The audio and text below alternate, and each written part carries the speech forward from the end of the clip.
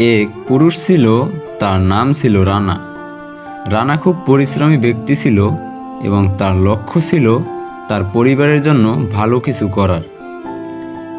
রানা দিনরাত পরিশ্রম করত তার পরিবারের খাবার, বাসস্থান আর তার সন্তানের সুশিক্ষা প্রদান করত। রানার স্ত্রী সন্তানরা তাকে খুব ভালোবাসত এবং তার পরিশ্রমের অনেক প্রশংসা করত। কিন্তু রানা তার পারিশ্রমিক জীবন নিয়ে বেশি একটা সুখী ছিল না।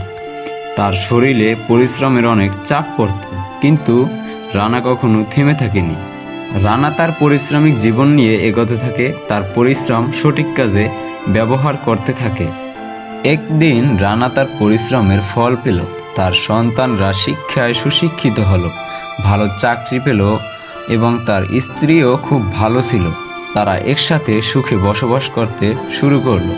রানা খুব খুশি হলো। সে ভাবলো তার পরিশ্রম সার্থক হয়েছে।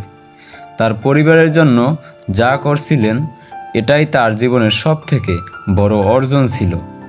প্রিয় বন্ধুরা, পরিশ্রম আর বৈষম্যময় জীবনই হচ্ছে আপনার সাফল্যের চাবিকাঠি। তাই প্রচুর পরিশ্রম করুন, আপনার সন্তানকে শিক্ষায় সুশিক্ষিত করুন, নৈতিকতার পথ দেখান। সবাই ভালো থাকবেন, সুস্থ থাকবেন। আসসালামু আলাইকুম রহমতুল্লাহ।